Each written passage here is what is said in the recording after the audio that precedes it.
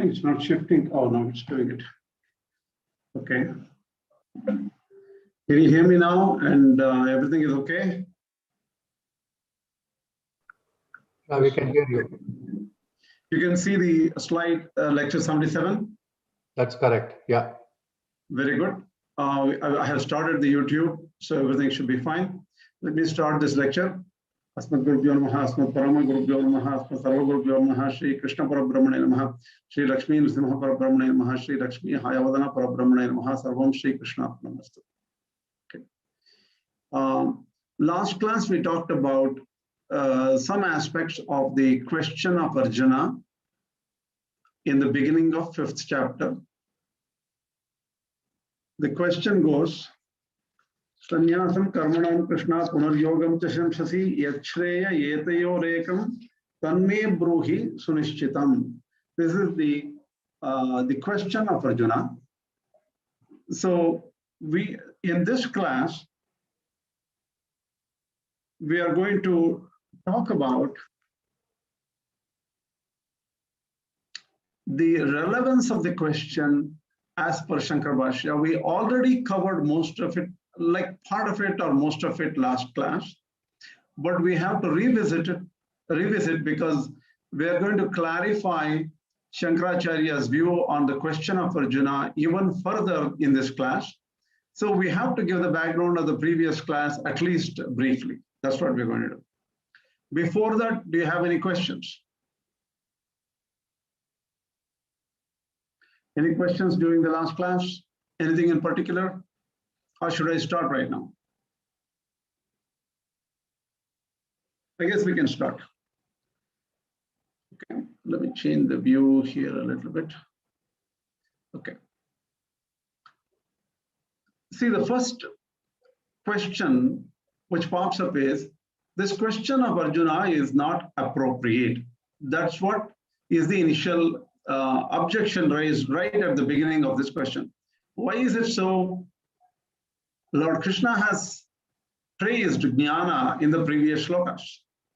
And at the end of 4th chapter, Krishna asked Arjuna to go and fight, that is to do Karma Yoga. So Jnana and Karma Yoga are both prescribed, both supported. Lord, Arjuna thinks, according to Shankaracharya, so one person cannot stand and stay in a place and at the same time walk. So the same person cannot do two things. Why don't you tell me which one is better, Jnana or Karma? That is the question of Arjuna. But one objection would come to this. Krishna has advised an Ātma-Jñāni to give up karmas and not for a Karma Yogi. So give up karmas only is prescribed to an Ātma-Jñāni, and to work or to go ahead and fight, be in the Karma Yoga, do Varnashrama Dharma, this is advised to a Karma Yogi. So these are two different set of aspirants, and different information is given to these two different sets. A Jnana Yogi should give up karmas, while the Karma Yogi should actually take up karmas and continue the Varnashrama Dharma. This is what Lord Krishna has said. So with this in view, is Arjuna's question correct? Which one is better? because both does not apply to, that is, one doesn't apply to the other. So there is no question of which one is better, right? This is what the objection is. For that,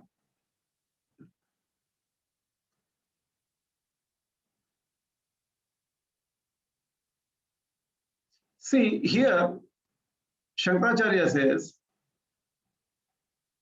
the option of two things, that is doing Karma Yoga or giving up Karma Yoga. This is possible only for an Agñani, not for a Jñani. That is the view of Shankaracharya. I'm simplifying this. We'll go quickly to this and get to the other portions. So, Shankaracharya poses a question. Is the Arjuna's, there is a Karma Yoga and Jnana Yoga, both can lead to Mukti, right? Between these two, is Karma Yoga better or Jnana Yoga better? This is the question of Arjuna. So this question, does it refer to an Ātma Jñāni or to a Karma Yogi? For Ātma Jñāni, there is no choice between Karma Yoga. There is no choice of Karma Yoga at all. The Karma Yoga will not happen to a Ātma Jñāni. Doesn't even that choice doesn't even arise. Okay. Now I'll ask a question because I don't want to just go without people understanding. Why does the option of Karma Yoga does not come to an Ātma Jñāni? This is the question. I would like you to answer.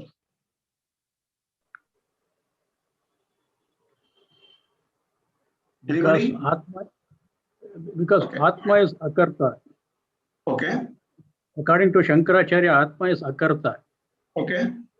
So that is why he will not go for Karma Yoga. That means he has realized himself as that Atma, and that Atma is Nishkriya, does not engage in any work. So the choice of doing karma doesn't even arise in his mind. Yeah, some time back you mentioned that karmas leave him. True. True. So that is when his Atma-Jñana is perfected. Hence, he stays away from all Karma Yoga, even though he may have a body, even though he may be just eating, sleeping, waking up, doing all the bodily work. He may have that because of why does he do that? Anybody?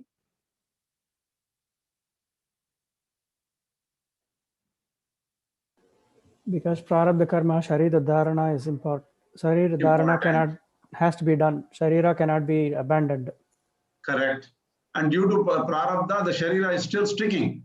Yes. Even though it will not cause new papas or anything like that, no new bondage is not created because that sharira is just going on due to prarabdha. And once prarabdha is completed, the sharira will go off. So there is no issue. So the option of doing Karma Yoga does not even occur to the Jnani. For the Karma Yoga, there is an option, whether to do Karma Yoga or to give up Karma Yoga. Right? This is the option only for the Karma Yogi.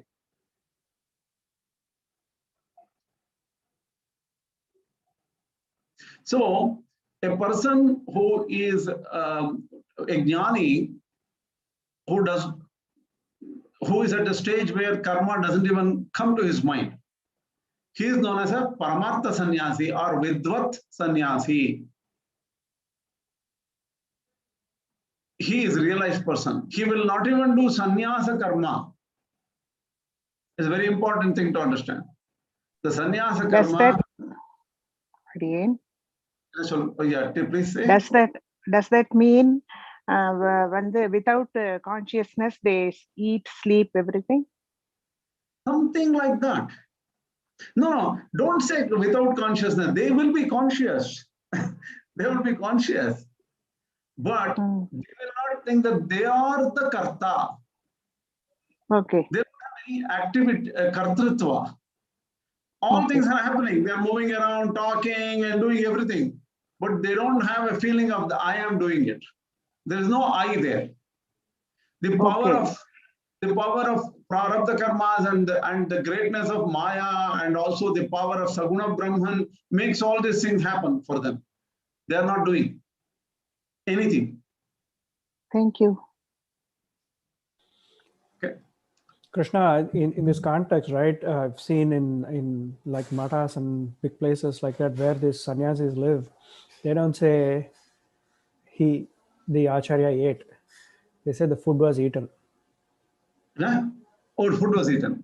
Yeah, they don't say See, acharya ate, the acharya came, the food was eaten, the puja happened like that. So they don't say he did anything. Okay, one more thing. This is only true for a Vidvat sannyasi. What is the name of another sannyasi? Sannyasi or Sannyasi. What? Vividhisha. Vividhisha sannyasa. Who said Vividhisha? Sudarshan. Okay. Vividhisha sannyasa is one which ordinary a person can take Vividhisha sannyasa if that person is very mature. He may not be perfect as a Vidvat sannyasi, but he is getting very close. But he still has kartritva, that he knows that he is doing something or he is not doing something. Do you understand this? For a Vidvat sannyasi, he doesn't know that he has any kartritva. He is one with Brahman, according to Shankaracharya. So he is just, his body is there just because of the prarabdha karma. He is a Jivan Mukta. So there is a difference between these two types of sannyasis. I have one question here. Go ahead. Hello. Yeah, go ahead. When Krishna speaks about this Jnana Nishtha, does it apply to a Vividhisha sannyasi, or I'm certain that I'm sure that it will not apply to Vidvat sannyasi because it is natural to him. So does it apply only for this Vividhisha sannyasi? No. It applies more to a Vidvat sannyasi. Why a Nishtha is required for him it's already natural to him, right? Very good question. Excellent question. See, truly speaking, he's very close to Vidvat sannyasi, let's put it this way. But the thing is, there is no Nishtha required for Vidvat sannyasi. That is why Jnanameva yogaha, Jñana Yoga, Shankaracharya says, right? Jnana itself is yoga there. See, there is no Nishtha there. For a Jnani of that level, there is nothing he has to really do. We have to take one step lower than that person. We can't go all the way to the level of Vividhisha sannyasa. Vividhisha sannyasa himself is an advanced level person. If I started to give, let us give the 100 marks to the Paramartha sannyasi or the Vidvat sannyasi, right? A person who has to do some Nishtha, he may be at 98 or 99 level rank, okay? Not rank, I should not say rank. 98 level perfection. So 100 marks is the perfect. Yes. So 98, 99 marks is for a close to Vidvat sannyasi who has to do some Nishtha. He has some still Nishtha left. Or he will do something. But a Vividhisha sannyasi could have a mark of 85, 90 or something. It doesn't matter. He can still, maybe 90 is minimum. Let us say 90 is the minimum. 90 marks he has. So he is only going to go to the next 10 marks. For him, a lot of karmas could be done. That is, sannyasa karmas could be done, but not the grihastha karmas. He has to give up all the grihastha karmas and can only do sannyasa karmas, which are some specific things like teaching, doing some penance, some yoga, some dhyana, and all these things he can do. But according to Shankaracharya, it's a very good question because it opens up a lot of issues in the next chapter. Who is a Jñani? For example, a person who can give up the karmas, what level can he be? The person who has got focus in dhyana. So he is not disturbed in dhyana. The moment he sits and does dhyana, he's totally sucked up into dhyana. He doesn't deviate. His mind does not go hither thither. Such a person. For example, if we take Ramana Maharshi or Ramakrishna Paramahamsa, they were naturally drawn to meditation. Maybe they might not have. See, when you take personal examples, then we have to go into the complete lives and figure out, do you know how much do you know? Have you seen them? Did you know that they did sadhana? All these things come up. Let us not take personal examples very seriously. We should. I have mentioned these two names before too. So not that I'm not taking those examples. There is nothing wrong with taking the examples. But Ramakrishna Paramahamsa did some meditation. He said he did. Even he used to go to Smashana and do Jnana there. And many things in the Lilamrita, many things are there. So who is Ramana Maharshi? Maybe at a very high level, we don't know. See, even Ramana Maharshi did Dhyana sitting in a temple for years, right? So yes. Taking personal examples is not very appropriate here, because Shankaracharya is giving a framework which is theoretical framework.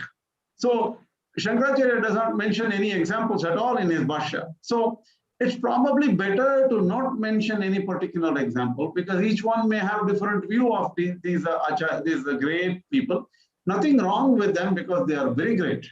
But we have to understand what the way the framework is set up in the Bhagavad Gita Bhasya of Shankaracharya. Is that clear? Let's try to keep the clarity of Shankaracharya's view very much separate from, because come on, then you will ask different questions. Ramakrishna Paramahamsa ate meat. So did Shankaracharya also say that a Vidvat sannyasi can eat meat? So all these kind of questions pop up when you take personal examples. True. No, my only intention was to tell that they were naturally drawn to focusing on the Atman. Correct. So the thing is, in that sense, it's very correct. They were naturally drawn, completely involved in Atman. Ramana Maharshi has said many times. Even Ramakrishna Paramahamsa used to go off to like dhyana and samadhi without even knowing. He would be walking and he would go to samadhi, right? So those are great examples, no question. But here we have to understand Vidvat Sannyasa is ultimate. He doesn't need anything. He has already reached the highest. It's a very powerful. See, honestly, by reading all these things, I am learning a lot in this process. Many things I had not clearly understood before. But when I start preparing for this Gita classes, it's becoming much more clear. Even now, I have doubts, and sometimes I ask Narasimhan some doubts, or Alvar Swami some doubts. So somebody, I do ask and make sure that I am trying to say something which is true rather than something cooked up or something misunderstood. Clear? Can we go further? Any other questions?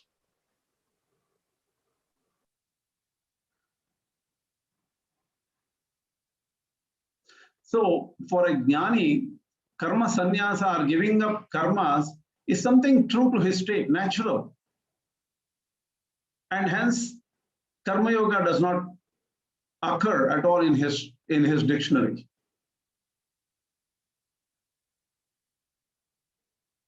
Now, we take up this.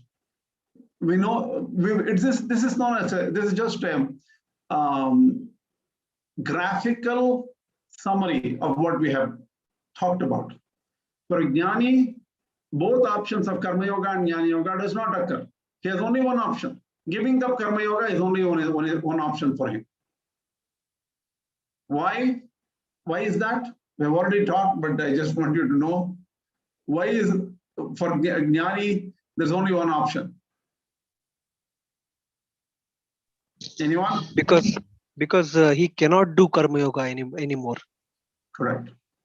He is realized person. Now, on the other hand, for an Agñani, he has two options: giving up karma yoga and doing karma yoga. Both are options. Hence, Arjuna's question is appropriate because these two options are both possible.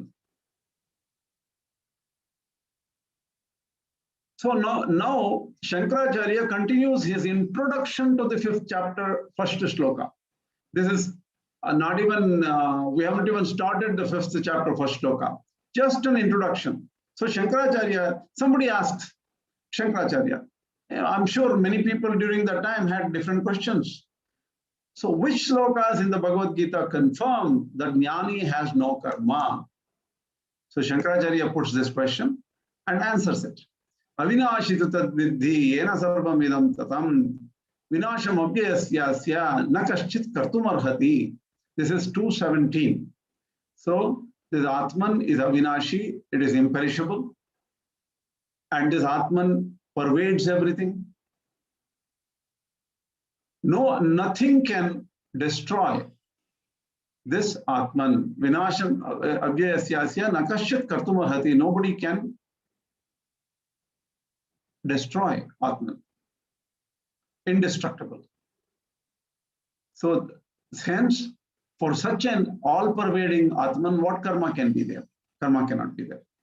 Ya enam vetti hantaram yaschainam manyate hatam ubhautau na vijanito nayam hanti na hanyate. So here Shankaracharya says this Atman as the all one Atman which is everywhere. This is 2nd chapter. So in this context, the nature of true Atman is explained.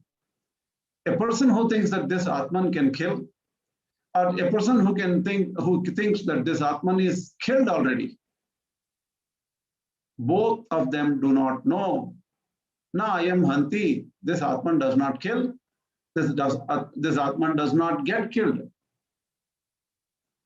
Hence, Atma cannot engage in any action, whether it can be killing or any other action. The next shloka is 221. Veda vinashinam nityam ya enam ajamavyayam atham sa purusha partha kam ghatayati hantikam. One who knows this Atman is avinashi, indestructible, it is eternal, and it is unchanging. If it is unchanging, ajam avyayam, and unborn, katham sa purusha partha kam ghatayati hantikam.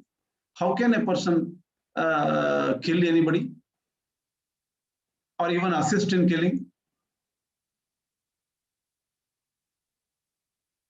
Not possible. So this Atman is Nishkriya. Here, the Jnani is, for a Jnani, karma abhava is said. Karma abhava means absence of action to a Jnani. Then a question pops up. Given karma is justified in situations where Ātma-Swarūpa is described by Lord Krishna in the Bhagavad Gita, how can it be possible when Ātma-Swarūpa is described in that context? Karma should not be supported, Karma Yoga should not even come there. But karma is mentioned in such situations. So that seems to be wrong according to Shankaracharya's view. So according to what Shankaracharya has said earlier, right? So this is the question. So Krishna should not have discussed karma while talking about Ātma-Swarūpa, because Karma Yoga is incompatible with the nature of true Ātma-Jñāna. So Karma Yoga should not be interspersed, mixed up when talking about Atman-Jñana, which is pure, which is all-pervading, indestructible, Nishkriya, Shanta. Such is the nature of Atma. So what is your answer for this? Is the question asked to Shankaracharya, and Shankaracharya takes it. See, there is always clearly separation said between karma and jnana. So between the karma and jnana, there is always a border. Lord Krishna has very clearly said that. Where? So here, that's a little bit further. First, a question comes up as, is karma, one second, let me just connect it properly. So karma should not be discussed while talking about true Atma-Jnana. That is clear, right? That is a question. For that, where is karma given while explaining Ātma-Swarūpa? Even this question Shankaracharya puts up because he wants to be very clear when explaining a concept. So in these shlokas, even though Ātma-Swarūpa was discussed in second chapter, in second chapter itself, lot of Karma Yoga related information is given, and not only that, Arjuna is asked to take up Karma Yoga, fight, and go ahead. Which are the shlokas? 218. Anashino aprameyasya tasmat yudhyasva bharata. The very fact that this Atman cannot be killed and it is not knowable, aprameya, anashina, indestructible and not knowable property. Tasmat yudhyasva bharata. Prameya means in any pramana, knowing any pramana, you cannot understand Ātma-Swarūpa. Tasmat yudhyasva bharata. Go ahead and fight. You will not be able to kill anybody anyway. Swadharmamapi chaveksha navikampitum arhasi. Even taking up your own swadharma, you should not change your mind. This is dharma. Follow the dharma and fight. This is a Kshatriya swadharma. That is 231. And in 247, karmanyeva adhikaraste ma phaleshu kadachana. Your duty is to do the action, do the Karma Yoga. Don't worry about the results. Don't be interested in the results. Don't keep quiet. Don't stop doing the Karma Yoga. At the same time, don't think that you are causing the fruits or you are interested in the fruits. Ma karma pala hetu. Thing is, don't be interested in the fruits of action.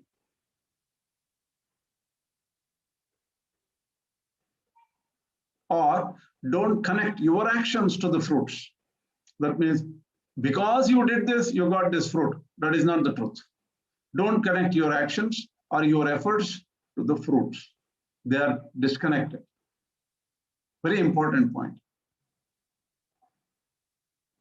So here, karma is enjoined while explaining Ātma-Swarūpa.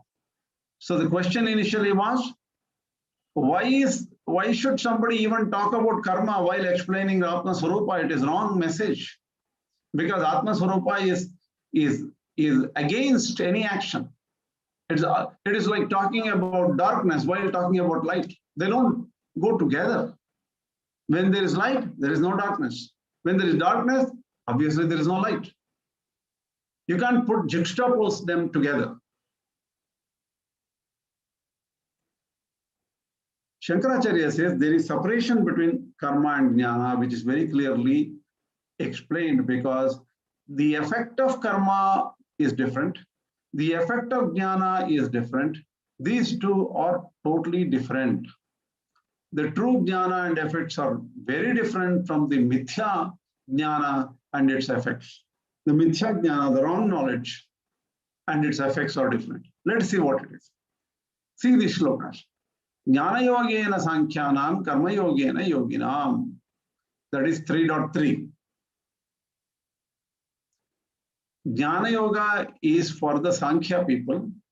Karma Yoga is for the yogis. The separation is clearly given between an Ātma Jñāni who knows Atman is Nishkriya and his Nishtha is different from Sankhya, different from Karma Yogi. So he is a Sankhya person and the name of Sankhya is same as a Nishkriya Ātma Jñāna. Ātma-Jñāni, Nishkriya Ātma-Jñāni.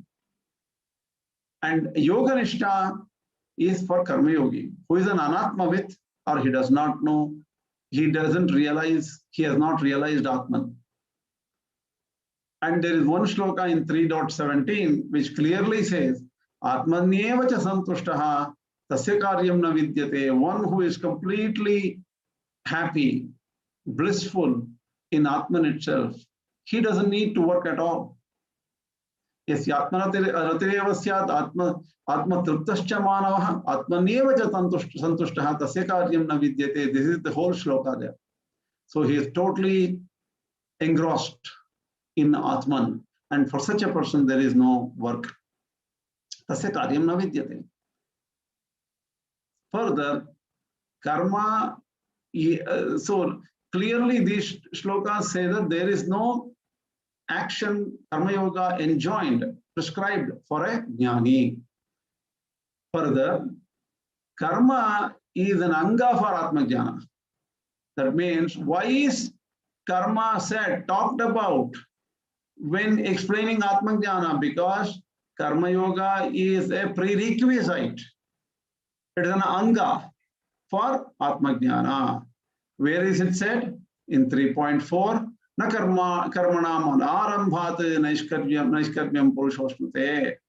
Just because you don't start any karma, you have not achieved the goal of naishkarmya siddhi. That means actionlessness, karmalessness, bandhanaless, that is bondagelessness. You have not achieved the perfection just because you don't start working. Sannyasastu mahabaho dukkhamaptum, that is, this is in chapter 5.6. Clearly, Sannyasastu mahabaho dukkhamaptum ayogataha. That means sannyasa or the Atma-Jñana is not achievable easily without doing karma yoga. So karma yoga is necessary for sannyasa, that which is Atma-Jñana. Yoga yukto munihi brahma nachirena digachyati. That means a person who is yoga yukta, that is karma yoga yukta, he achieves jnana, brahman, nachirena, very quickly. So karma yoga is necessary for achieving jnana yoga. And jnana yoga is directly Atma-Jñana. For that person, no karma yoga is required. And he doesn't even realize that he needs any karma yoga. Is this clear? So Shankaracharya has answered some questions he has. Maybe somebody asked him, and he clearly separates out that karma yoga and jnana yoga are for two different kind of aspirants. And the effects of each are totally different. Krishna, this slide is very clear. In the previous slide, the second shloka, I thought was kind of swadharma vichavekshya navikampitum arhasi. So the dharma, doing dharma is for a karma person, right? Why do you talk about that when talking about Ātma-Swarūpa? See here, see what these shlokas basically tell you, that in second chapter the whole subject is Ātma-Swarūpa Jnana, right? Yeah. Even from the very beginning. Dehi nityam avadhyoyam, Veda vinashinam nityam, all these things are shlokas which talk about Ātma-Swarūpa. While talking about Ātma-Swarūpa, there are several mention of karma yoga, which is enjoined to Arjuna there. So he gives Swadharmam Chaveksha Navikampitum Rahasi, taking your Swadharma into picture, your dharma is to fight. So Yuddha is very important for you. You are a Kshatriya. You go ahead. Don't let Duryodhana bully you. So this is very clear, right? So that is clear. Karma yoga is prescribed here. Why I'm talking about Ātma-Swarūpa, karma yoga is prescribed. Why? Because these are all prerequisites to Jnana Yoga. So I'm kind of asking myself all these questions. I hope you don't mind, you would entertain this question. So let us say it was not Arjuna, it was Janaka, right? Perfect Brahma-Jnani. He's standing there. So his Mithila was taken away from him and he needs to fight. I think that fight is still appropriate for Janaka. He should still fight for his kingdom and get it back, even though he's Brahma-Jnani, because that is his dharma at that point. Not true, not true. See, Janaka's things will separately come in third chapter, right? Jarasa karmanaiva hi samsiddhim astita janakadeyaha was there already, right?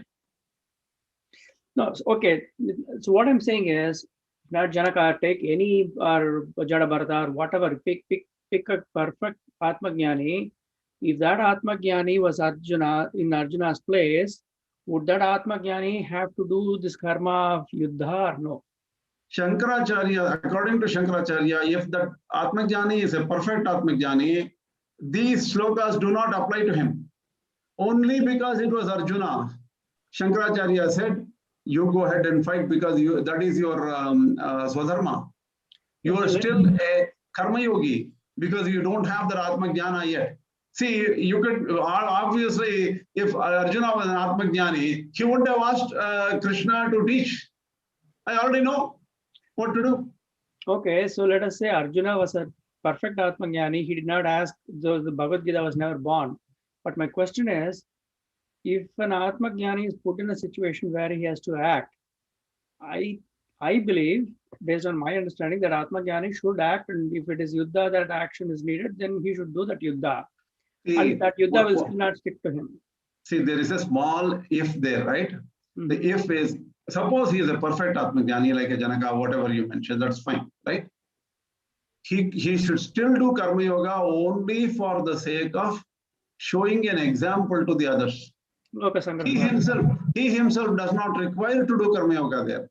He still engages in acting as if like an Agñani. He will still act just to show the rest of the Karma Yogis not to give up Karma Yoga and jump into Jnana Yoga when they are still not Ātma Jñānis. Do you understand? Yeah. That is, okay, so I think you also agree that the Jnana Yoga, the complete Ātma Jñāni would still act, not because for himself, but to show, instill confidence in the Karma Yoga for the other Anatma Jñānis. Correct. Okay. And probably he would have even realized that this is a divine law he had to go through. This is a divine action. It is something, this is the will of the Lord, the will of Bhagavan. They would have known because of Ātma Jñāni, they know what Bhagavan is, right? Bhagavan is their own Swarūpa in that level. Yeah. See, the very interesting thing is, I made a small comparison. For Ramanujacharya, an Ātma Jñāni here is only a Jivatma Sakshatkara person. He still has to go through Bhakti Yoga to get to Perumal. Right? So for Shankaracharya, this Ātma Jñāni is a perfect Ātma Jñāni. So there is a big difference. The same Jnana Yogi term is differently used by Ramanujacharya and Shankaracharya. This has to be very carefully understood. For Shankaracharya, he is a perfected person, no coming back. He is a Jivan Mukta in the sense that all it is remaining is the body and bodily activities. He is one among others, but the body will fall off and he has nothing to do, nothing to achieve at that time. That is the perfection of Shankaracharya's view of Jnana Yogi. And for Ramanujacharya, he's still a long way to go because he has to do Bhakti Yoga. Because for Shankaracharya, Bhakti Yoga is involved inside the syllabus of Karma Yoga. Jnani, I think the term Jnani refers to Ātma Jñāni, but the definition of Atma is Jivatma for Ramanujacharya and Paramatma for, or the Ekameva Atma for Shankaracharya. Perfectly, that is true. That is true. Yeah. Krishna, one comment I have, because you are taking up comparison of Ramanuja. As far as Shankaracharya's view is concerned, the Atman is totally an Akarta. Not so in the case of Sri Ramanuja. Yes. See, that is why for Ramanujacharya, Atman is Jivatman. For Shankaracharya, Atman is Paramatman, or only one Atman. That is beyond Paramatman in a way.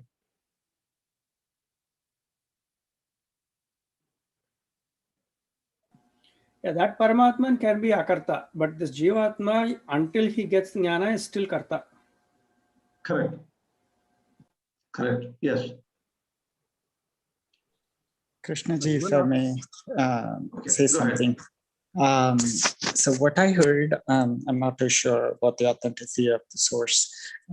So there is three levels of reality. Like there is the individual reality, the common reality, and the ultimate reality. Like so, the pratibhasika. No, Sorry? slow down. Okay, individual reality and common reality and the ultimate reality. That is the pratibhasika, vyavaharika, and the paramarthika. Correct. So at the pratibhasika is not individual reality, by the way. You cannot say the name individual reality does not mean pratibhasika. Pratibhasika is apparent reality, and then common reality should not be said as common. It is transactional reality or vyavaharika satya. Yeah. See, in Sanskrit there are three levels, right? Pratibhasika satya, vyavaharika satya, paramarthika satya, right? For that, pratibhasika is apparent reality. Vyavaharika satya is transactional reality, and paramarthika satya is absolute reality. That's how you should state. Yeah, I've heard of that too, but then I'm talking about a different concept here from within a self. So where I was going was, at the pratibhasika level, what happens, it's as they say, as this guru was saying, was it's a jiva shrishti. And then at the vyavaharika level, it's Ishvara shrishti. And then at the paramarthika level, it's ashrishti. So a lot of these questions probably arise because we get confused between what is true for one. Only you will know that as true. Like, so just like when you have a dream, only you know about the dream and only you know of the truth. And then at the vyavahara level, at the common level, at the Ishvara level, the person who knows the truth would be like a Jivan Mukta. And then at the Paramarthika level, probably a Videha Mukta, like a person who attained moksha. So the story that was given for the Jivan Mukta to me, anyway, from my grandpa, was like the story of the fight between Ashwatthama and after Dronacharya's passing away. And Ashwatthama uses all the weapons and everything gets burnt. And then, but Krishna's chariot and Arjuna and Krishna is all intact until Krishna gets away from the chariot. And then chariot and the horses and everything is burnt. And so here the chariot and the horses and everything is represented as the world. And then the individual body. And then Krishna is the Atman, like that holds things together. And so when it leaves, like, so as a Jivan Mukta, they're at the edge there, like where they understand that everything is almost gone. And then when they step away, then it's all burnt kind of thing. I don't know if I'm explaining this correctly, but I hope it makes sense. See, it could make sense. We have to go much deeper into it to really get to the correct analogy and the correct level. It's a little hard to, for me, I cannot comment at this point because I don't know these analogies very well. I don't know. See, at an individual level, it is apparent reality. Is not easy for me to understand. Because Pratibhasika Satya is referred to like a mirage, where there is no water and you see water. And where there is no snake, you see a snake. That is Pratibhasika. And transactional is anything you touch and feel, like anything, the computer in front of you. This way we are speaking to each other. These are all Vyavaharika Satya. See, Vyavaharika Satya need not be promoted to Ishvara level. You don't need Ishvara for a Vyavaharika Satya. Okay. In fact, Vyavaharika Satya, then absolutely, who sees Ishvara every day? Hard. Yeah, it's the way that was explained to me is like we do not see Ishvara at the Vyavaharika level. It's because we are stuck at Pratibhasika and we are enveloped within our own Pratibhasika and we see through those eyes. That is the problem. Okay, to get to Ishvara level, we have to get out of both Pratibhasika and Vyavaharika levels. But for Shankaracharya, even working with Ishvara is a Vyavaharika level. That's what I was meaning. So, like, yeah, for that's why even any puja, what do you call anugraha of Lord of basically Saguna Brahma, all these things are in the Vyavaharika level. In the Paramarthika, there is no question of Ishvara also. There is no Ishvara in Paramarthika. That's why I was using the concept of Ishvara at the Vyavaharika, right? So, so the way that another way of saying for what was said to me was like, so at the Pratibhasika level, even when it comes to Bhakti, we have all these Kuru Devam, like so Ishta Devata and things like that. And then you pray to several different versions of it. And then when you get to a Vyavahara, like at a level of Ishvara, then you know that there is only one thing. It could be Narayana, or it could be just Shiva, like depending on how they were raised, how they want to look at it. But then when you get to the higher level, then you don't see it that way. You see it as Brahma. See, the thing is, to me, what it appears is you are actually mixing Vyavaharika and Pratibhasika together in a way. Pratibhasika, according to me, is only apparent. Okay, when it say apparent, is it contained within the Vyavaharika level or not? Is a question, right? Because the examples of Pratibhasika Satya are clearly just simply like a mirage or a snake on the rope or something like that. Snake instead of seeing the rope.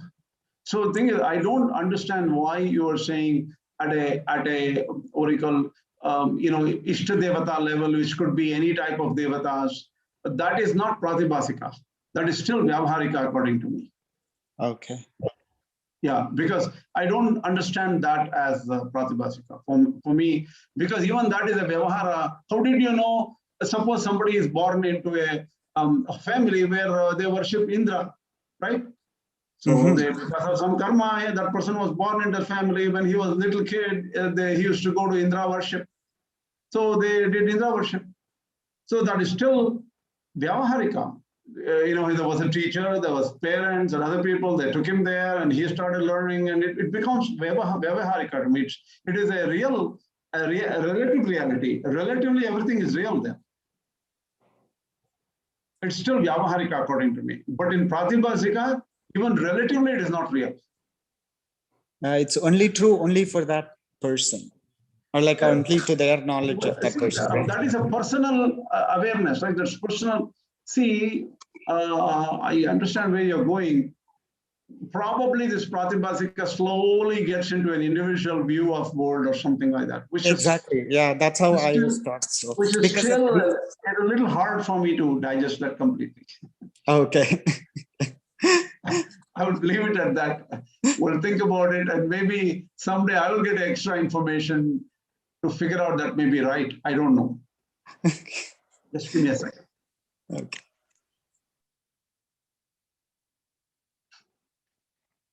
Okay, go ahead. So we are okay till now? Can we go further? Hello? Yes, Krishna. Okay. So Shankaracharya continues. Jnana Yogena Sankhyanam, Karma Yogena Yoginam, which was clear separation was mentioned here. So for a we did this also, right? I think we did it, we completed this. Sannyasis to Mahabaho Dukham Apta Ayogataha. So Karma Yoga is a prerequisite for Jnana Yoga. But that is why Karma Yoga is also mentioned while talking about Jnana Yoga, because Jnana Yoga cannot just pop up just like that.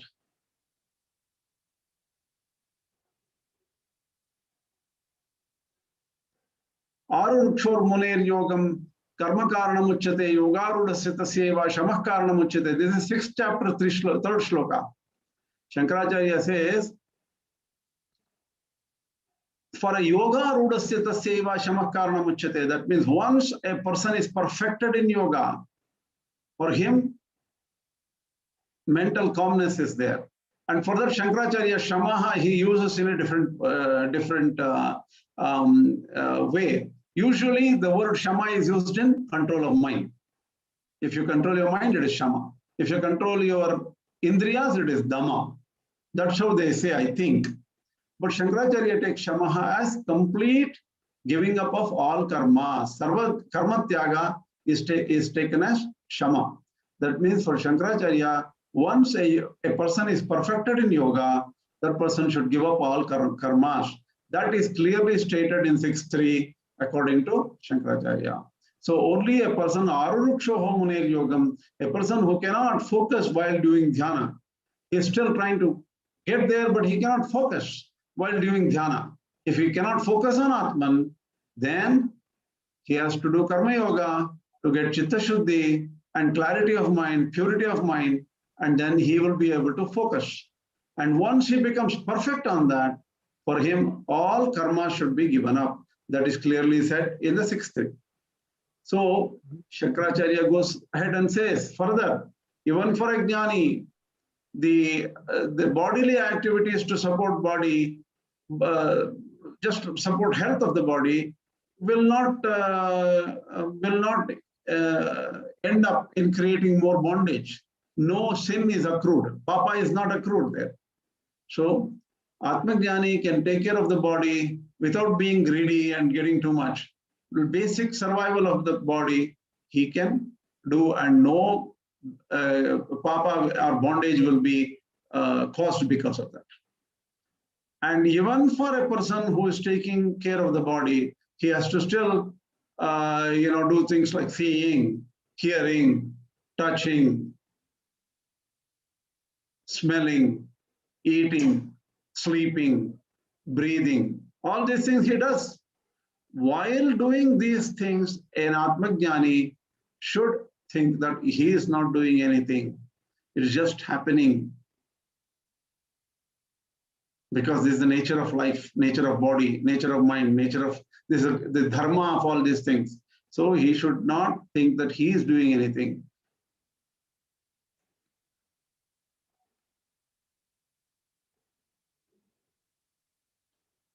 So the summary here is, for Shankaracharya, Karma Yoga is completely against Samyak Jnana, or the full realization of Atman.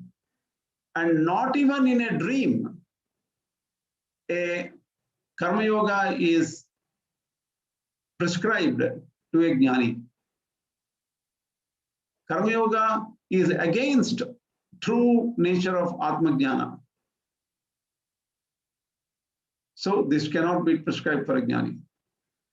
So karma is against Atma-Jñana. That's an important thing to understand. Due to this reason, an Anatma Jñani has two paths, Karma Yoga or giving up karma, both of which can lead to moksha. Karma sannyasa also can lead to moksha. Here, there is a small problem here. Karma sannyasa here is perfection of,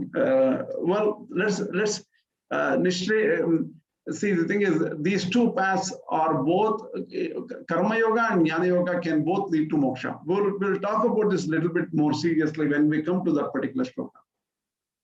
However, Karma Sannyasa for an Anatma Jnana, Anatma Jñana is different from the Karma Sannyasa of Ātma Jñāni. Why is it different? In a karma for a Agñani, giving up karma is a conscious act because he knows that he is doing something, he is not doing something. For example, I will not steal. Stealing is wrong, so I will not steal. That is a conscious giving up of some activity. That is the way, that is how a Agñani gives up some actions consciously. For a Sarva Karma Sannyasi, who is an Ātma Jñāni, automatically all these karmas fall away. He doesn't even think about karma. There's nothing he has to do.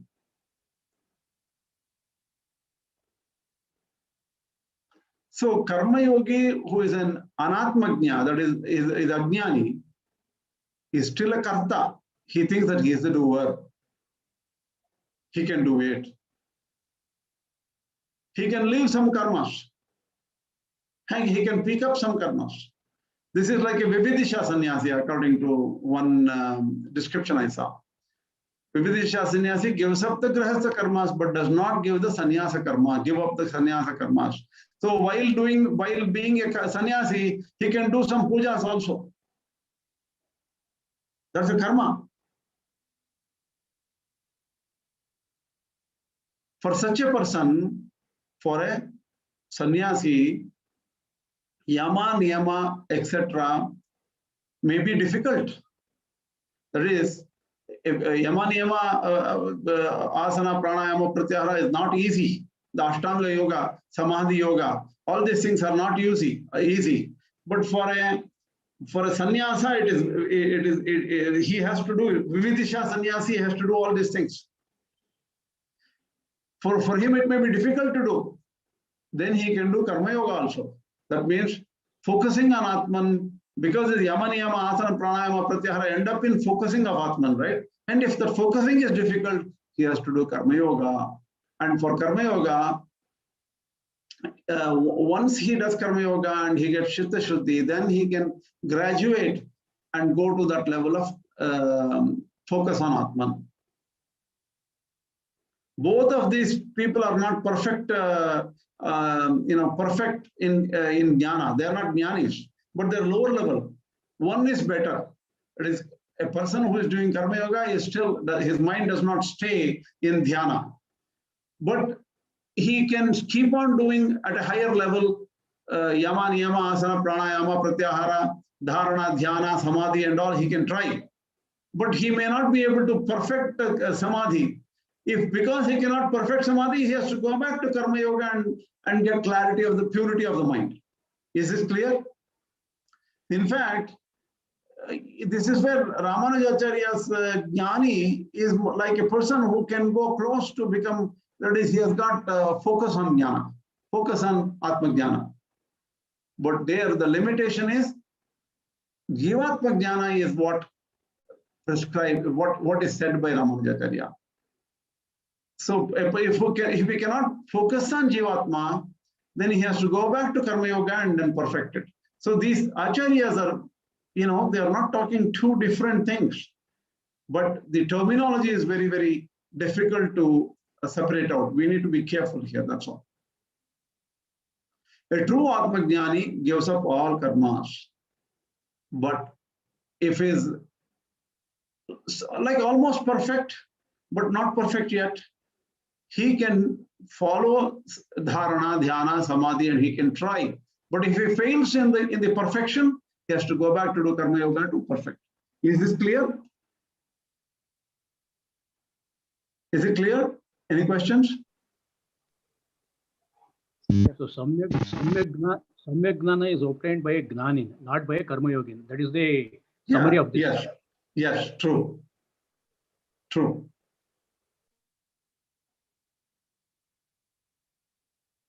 See, I am perfect.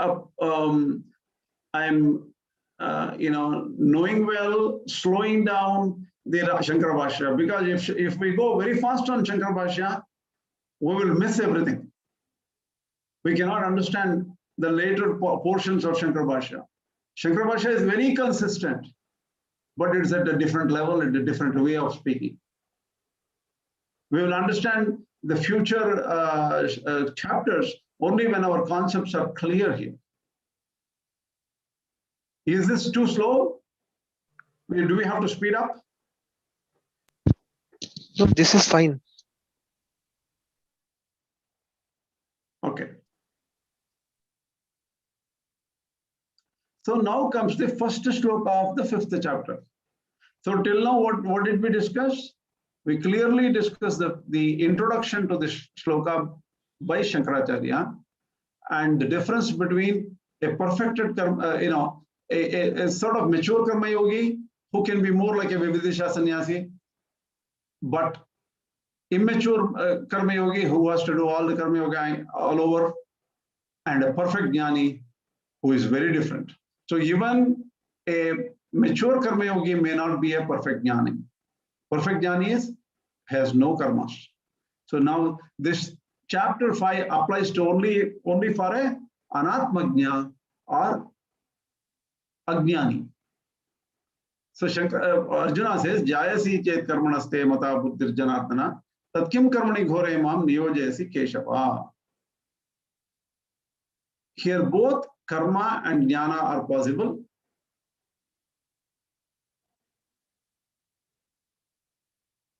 And nacha sanyasanadeva siddhim samadhigacchati. Wait a minute. Where are we going here? 1 second. Hold on.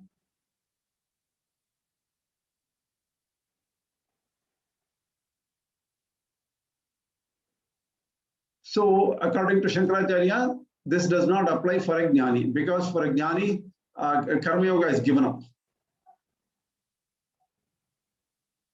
See, okay, Shankaracharya is giving some more information to perfect his view on this on this chapter. Nacha sanyasanadeva siddhim samadhigacchati means just giving up karmas for a karma yogi is not prescribed, because he is giving up karmas without attaining jnana. Jnana rahita karma tyaga is not prescribed by Krishna, and that is very clear from the shloka 3.4. So just because a karma yogi gives up his actions, that doesn't mean that he has become a jnani.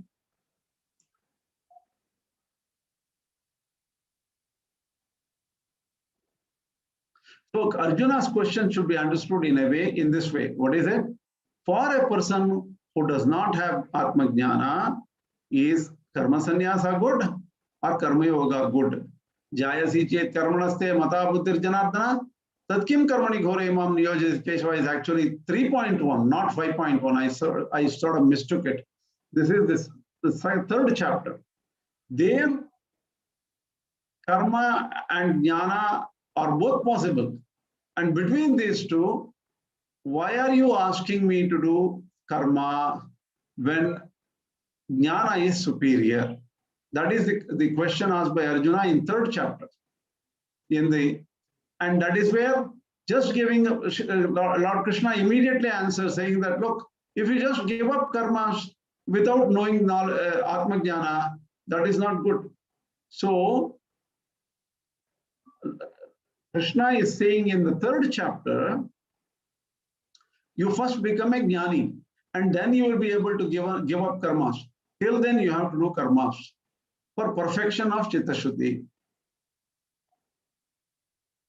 Here in the 5th chapter, the reason I was a little confused was this 5.3.1. Mentally, I was reading 5.1.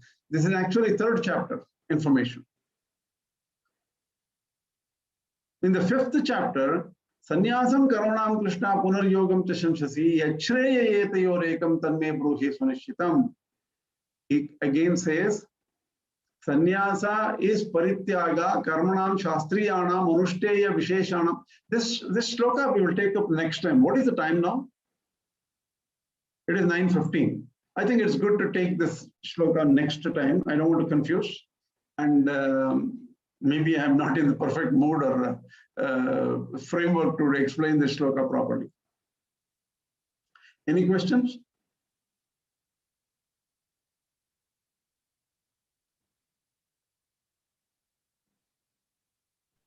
One comment, Krishna, as far as Jnana Yoga is concerned, I think both Shankara and Ramanujacharya, they are speaking in same terms. As far as Jnana Yoga is concerned. Not true. The reason is, what do you call, for Shankaracharya, Jnana Yoga comes after Bhakti Yoga. After Bhakti Yoga. So his Jnana is like at a high level. It is not same as, see, it appears to be same in the initial level, but it is not, that's not what Shankaracharya is saying. Think about it.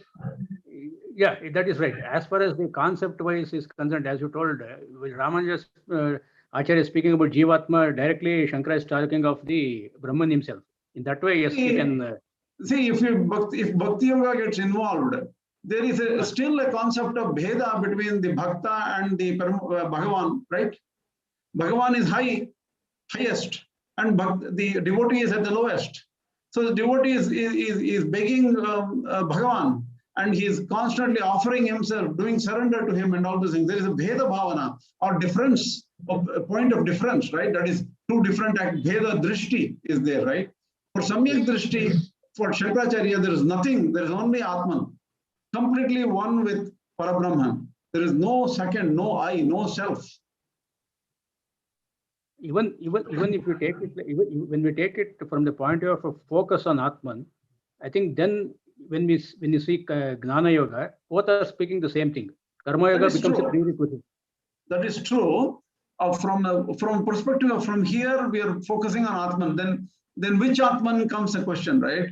See, in what Ramanujacharya argues is from this body level, at a low level, somebody is trying to fight, somebody is fighting about land property deal issues and control issues and stuff like that. At this level, initially, all that is visible to us or all accessible to us is our Jivatma.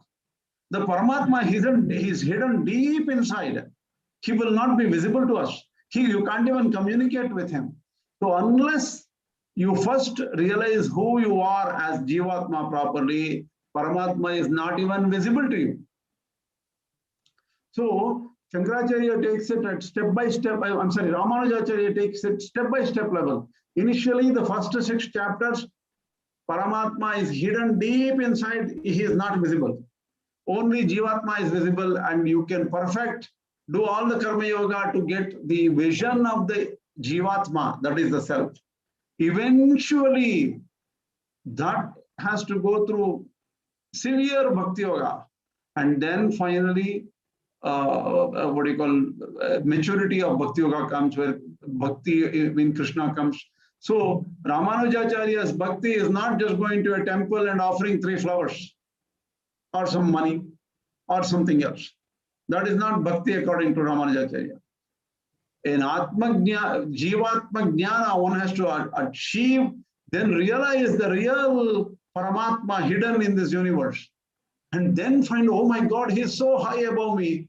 I realized already myself, I am an Ātma Jñāni or Jivatma Jñāni, but I don't know this Paramatma. How high this person is. Who is this person? He tries to achieve that. So for Shankaracharya, a Jnani has gone beyond this stage of this Bhakta, and is at somewhere high level. That is where the difference is, as far as I am understanding. You're correct. You're right about it. I think I have to put the question in a different way. That is, in the sense that if you take purely from the point of Sharira and Shariri, so in the case of Jnana, in the case of Karma Yoga and Jnana Yoga, it is only through Karma Yoga you go to Jnana Yoga and realize the Shariri, be it Jivatman, be it Paramatman or Brahman or whatever. Yes. I think we are saying the same thing in different ways. That's all. Yes. I understand what you're saying. That because if you finally say that is the inner Atman, you are doing Karma Yoga till you get to the level of perfection. Only the way the Acharyas separate out these things are different. Yes. Yes, because in the Gita language, it is only Shariri and Sharira. That is the way he is taken. Bhagavan has taken it like that in the 2nd chapter. Shariri and Sharira. See, the Shariri and Sharira. Who is the Shariri now, right? Is the Shariri Jivatma or Paramatma? See, this will become clearer in the 13th chapter. Why don't we wait till there? See, the true terminology between Shankaracharya and Ramanujacharya have to be understood over different chapters. It is very complicated. We have only taken 5 chapters out of Krishna's words. There are so many more chapters, right? We have to go through and see what this terminology used by Krishna, how the terminology is understood by these 2 acharyas. We have to clearly, determine. Yeah, you're right. You're right about that. But for now, because we are still in the earlier stages, I am just taking Karma Yoga and Jnana Yoga only in these terms. That's all. Yeah, I would prefer to not view it that way, because see, the way Shankaracharya is saying Bheda Bhavana is not even there for Jñani, for Shankaracharya. For Ramanujacharya, a Jñani still has Bheda Bhavana. He still only realized the Jivatma, and then he has to go a long way. So I don't want to take this exactly like this. We'll only go by actually what they say and take one step at a time. That's better for me. Okay. Okay, yeah. Any other question? This is Prashant here. So is it also like one comment over here? Is it also possible that in the state of a Jñani, it's like a 0-point energy, like he can have a Dvaita experience or an Advaita experience, both ways? See,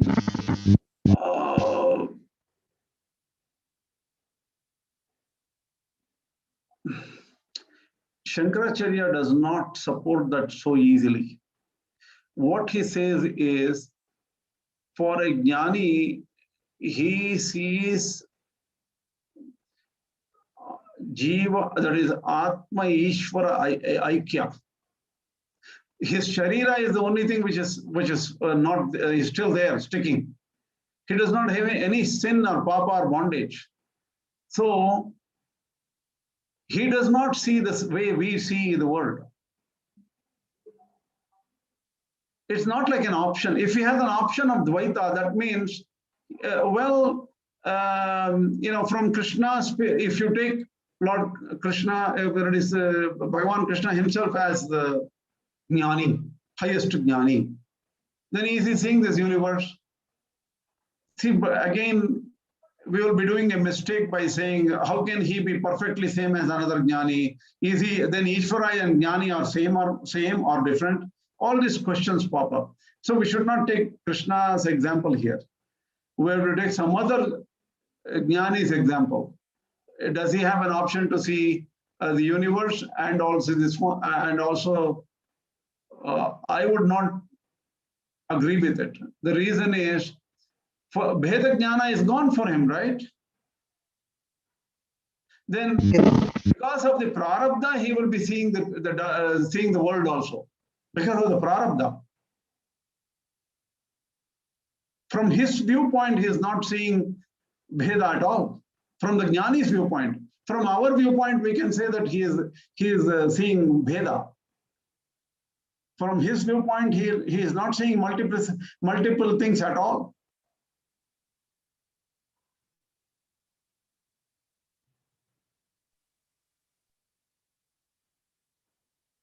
When he is perfected, how can he have Veda Jnana?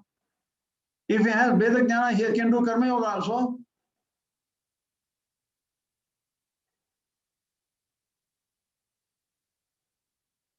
For Jnani, Karma Yoga is not supported by Shankaracharya. He doesn't, all Sarva Karma, everything is gone. Your only question is, how is he seeing the multiplicity here, right? Will he see multiplicity? There is only due to prarabdha. For you, watching him or me watching him, we are seeing that he is acting in some way. In his mind, he is not acting. Okay. In his mind, he doesn't even have a sharira. From our perspective, we are seeing Jnani as having a sharira. He is eating and he is sleeping and he is breathing and all. For him, he is doing nothing. Okay. So it's very hard for us to understand his state from here. Because even from Shankara Bhasya and Brahma Sutras, one thing comes out that even a Jnani or a person who has attained moksha cannot have unfettered powers, like the powers of creation and destruction. So there seems to be a little difference even at that level. I told you earlier that that person is still only within the Saguna Brahma level, right? He is not a Jnani. According to Shankaracharya, whoever is in the Saguna Brahma level is still praying and doing things. He is going to the Vishnu Loka and Vaikuntha and all. That is all Saguna Brahma level. For him, it's still Veda. Difference is there. If it is difference is there, he is not a Jnani. Jnani is Nirguna Brahma level for Shankaracharya. Okay. Okay. Is that clear? Yeah. Yes. So the Jagat Vyapara Varjam, he is not the boss of the Jagat. And also saying those applies to where he is reaching Saguna Brahma. He is still below Saguna Brahma.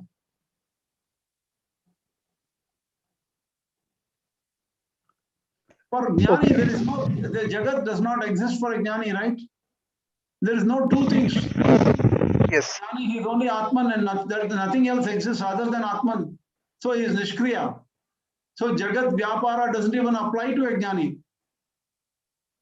So the Jnani, you are talking about Jagat Vyapara Varjam, Bhoga Matra Samya Lingacha, their duality is there. There are two things.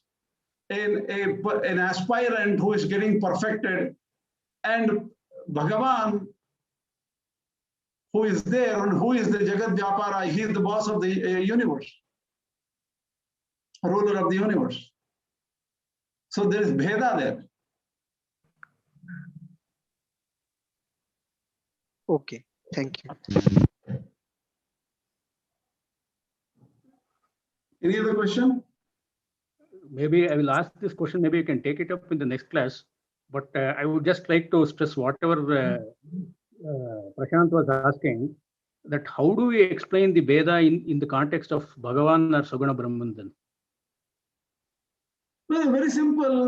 We are explaining the same concept of Bheda right here in the Bhagavad Gita also. After 7th chapter, 8th chapter, Bhakti, how does the Bhakti come? Krishna is there. In the Vishwarupa Adhyaya, Bhakti comes. Vishwarupa Adhyaya, Lord Krishna shows his Vishwarupa. He is Saguna Brahma there. And then Arjuna is afraid of him. Arjuna asking, oh my God, what do you call, Kasmachate Nanamiran Mahatman, why would I not fall at your feet? You are bigger than Brahma, Chaturmukha Brahma. So the thing is, there is a Bheda, difference, bhakti, fear. So there, what do you call, all this bhakti comes within the realm of difference. Not like that. The question was, even Bhagavan is of course, Bhagavan is a Brahman knower. He is a Gnani. So in his view, how can there be simultaneously a observance of multiplicity or plurality at the same time a Brahma Gnanam, which is actually the non-dual realization? How is it possible? See, that is not understandable for us. See, the thing is, what do you call, see, Krishna is Ātma-Jñāni, surely. And then the same thing comes up, right? Why is he now, this is the question asked by Ramanujacharya. If he is Ātma-Jñāni, he cannot see Arjuna also. He cannot get in the war also, right? Yeah, one of the 7 objections. Exactly. So that is Upadesha Anarthakya. Upadesha Anarthakya. I mean, he cannot participate in a war. All those things come up. The way for an Advaiti to counter this is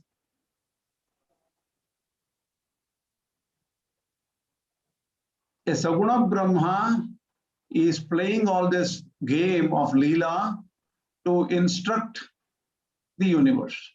And Saguna Brahma,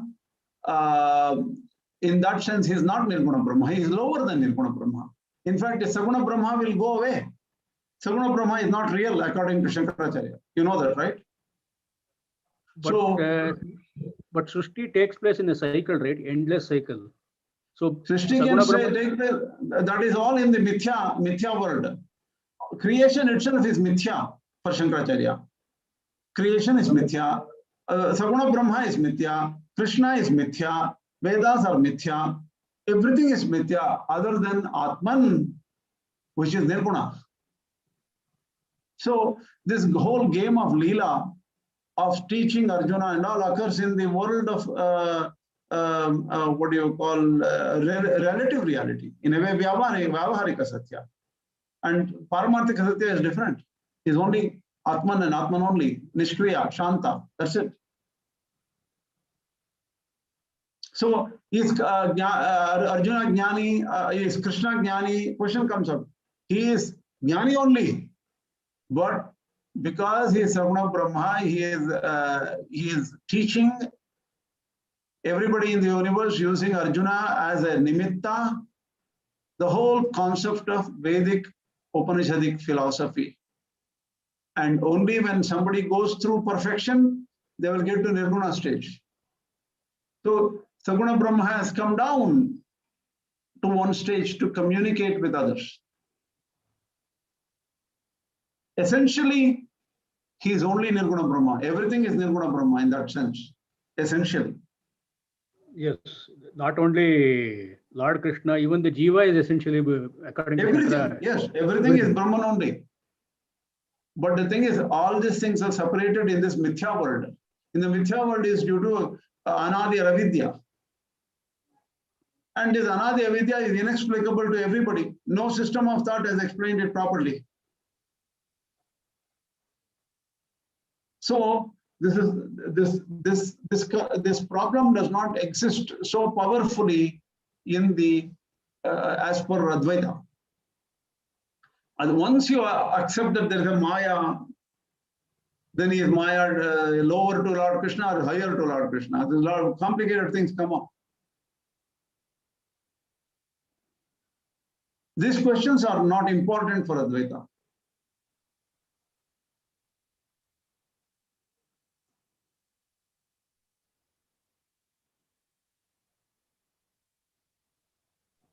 Only okay. Would come under the Vyavaharika Satya.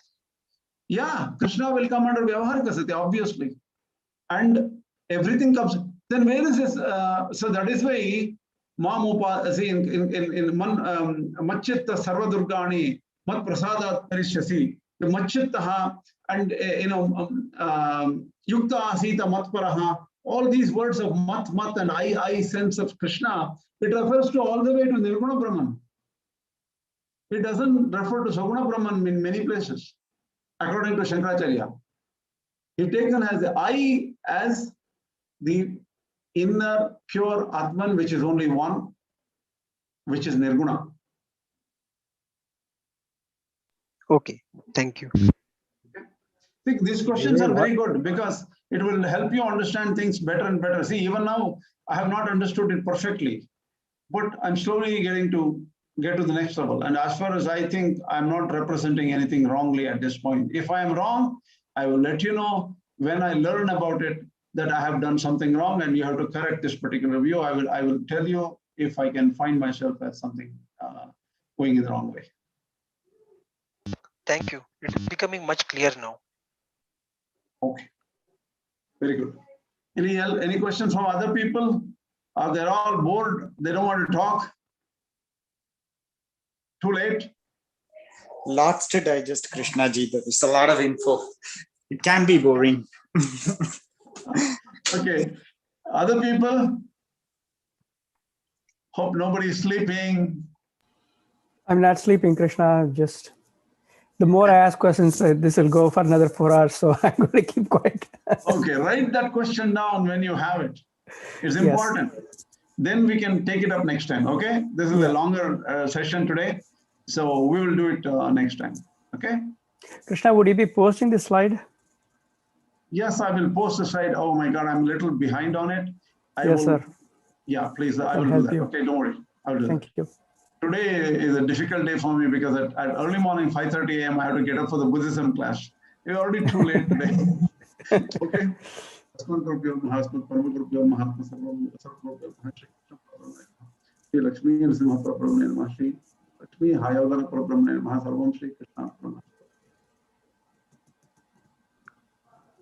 you, Krishna.